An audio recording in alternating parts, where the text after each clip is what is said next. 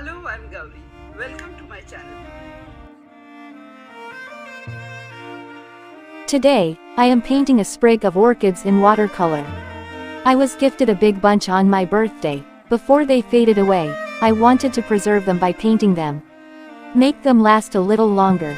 I am using Ordinary Artist's Colors by Camel, the 24 assorted shades box. To get close to the amazing color of the orchids, I mixed a dark pink with a deep blue pigment.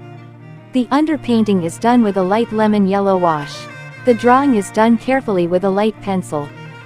This is the reference picture to give you an idea of my subject. I drew beforehand the shapes, the outline of the orchids lightly with a pencil.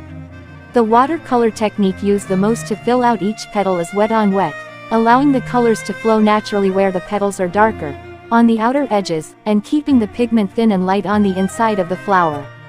A little about the paper used here. It is a watercolor pad by Sudarshan. 320 GSM, cold pressed, acid free, pH neutral, high water absorbency, and rough texture. I do believe that for this subject, a smooth textured paper would have been better.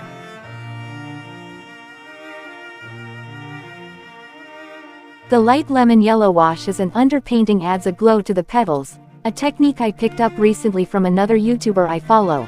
We'll link her channel in the description.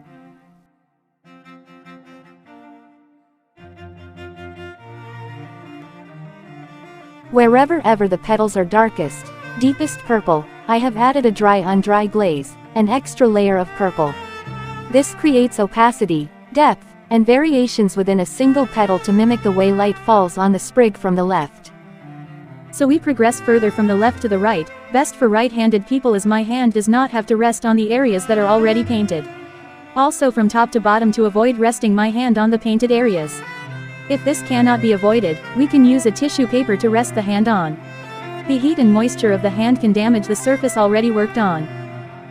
When working on flower studies, that is on botanical art, which aims to come as close as possible to the real flower or plant, it is very important to take time to draw the subject carefully and accurately.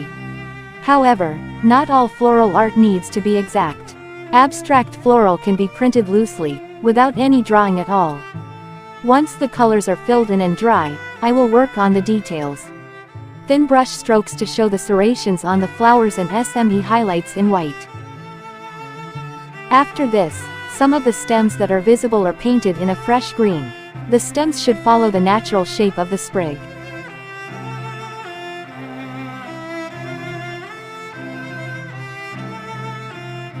Now that the larger flowers are complete, I will work the buds, which have a very distinctive shape.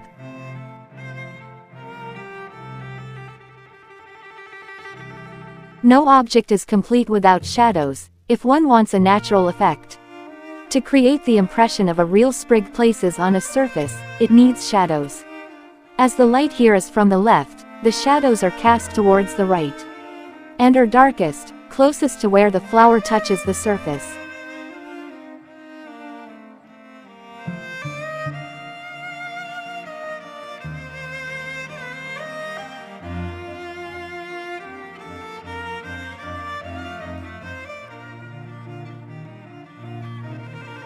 My orchids are almost done. All I need to do is sign my initials. If you like this content and it inspired you to paint, my goal is achieved. Do like this video, share and subscribe to my channel Arti-culate with Gauri Kamboy.